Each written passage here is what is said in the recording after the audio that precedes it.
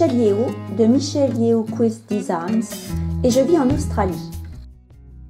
Je suis très enthousiaste à l'idée d'être la designer du Quilt Mystère 2017 de Quiltmania et d'utiliser ma collection de tissus Torrington Place pour Penrose Fabrics Designs.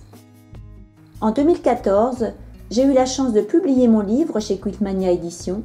Le voici, il s'agit de Off Needle, Timber and Thread. Durant toute cette année, nous allons survoler différentes façons de faire utilisées pour ce quilt mystère. Vous pouvez donc me rejoindre chaque mois et voir rapidement comment nous procédons et les techniques que nous utiliserons. Cela inclura l'appliqué inversé et traditionnel, la broderie perse, le montage à l'anglaise, la couture sur freezer paper, la couture traditionnelle à la main et à la machine. Avant de commencer, nous allons visiter mon atelier qui est un peu en désordre, donc je ne vous montrerai pas tout.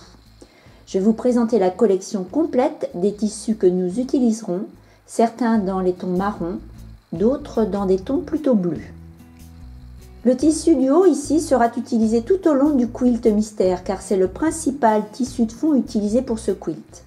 Il ne fait pas partie de la collection Torrington Place mais de celle de Penrose Fabrics 19th Century Shirtings. Les 4 tissus qui sont ici sont ceux que j'utiliserai sur les premiers mois du quilt mystère. C'est parti maintenant, voyons ce que nous allons faire.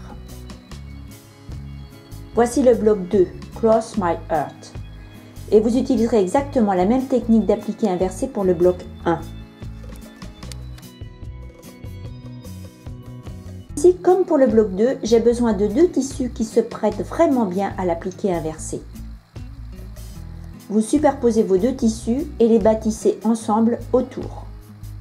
Ensuite, vous reportez le motif sur le tissu de fond. Vous bâtissez ensemble autour de tous les petits motifs ici, en laissant juste assez d'espace autour d'eux. Peu importe où vous posez vos épingles, cela n'a pas d'importance sur l'endroit où vous allez coudre. Vous réalisez les cœurs de la même manière pour le bloc 1 et le bloc 2.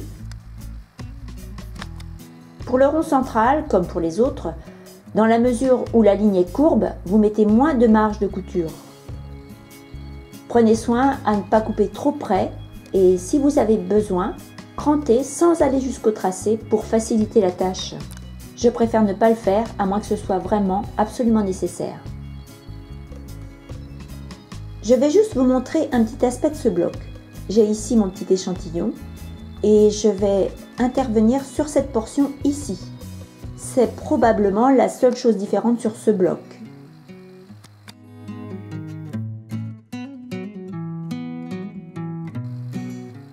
J'ai préparé ceci et coupé mon cœur. Je vais juste couper cette marge de couture juste un petit peu plus afin qu'il soit plus joli. Tandis que vous travaillez sur ce point ici, là où la tige va démarrer, vous pouvez mettre une épingle pour pouvoir le fixer.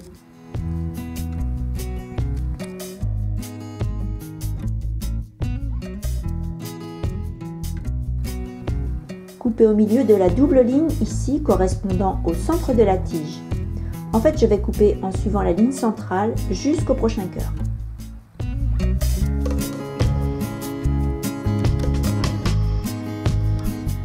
Vous traitez ce point précis exactement de la même manière pour le bloc 1.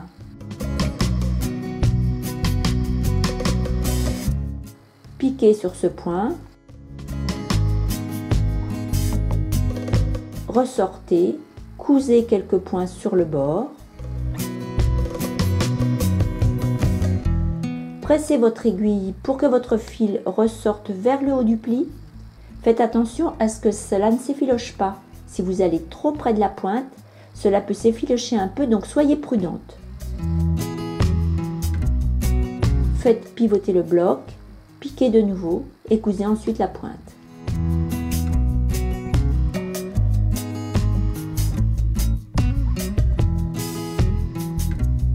Continuez ainsi et appliquez tout le long.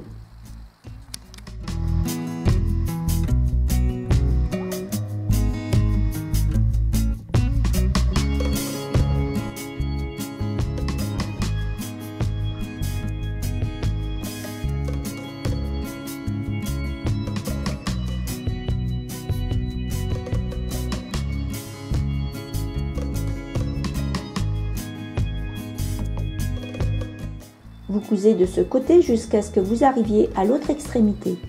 Puis vous enlevez le fil de bâti.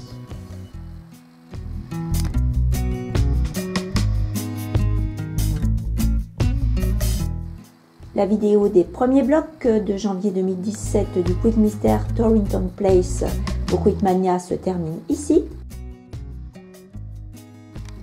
J'espère que la vidéo vous a plu, que vous avez appris des petits trucs et que la réalisation de vos 2 premiers blocs sera plus facile. Merci d'avoir visionné cette vidéo et à très bientôt. Bye bye!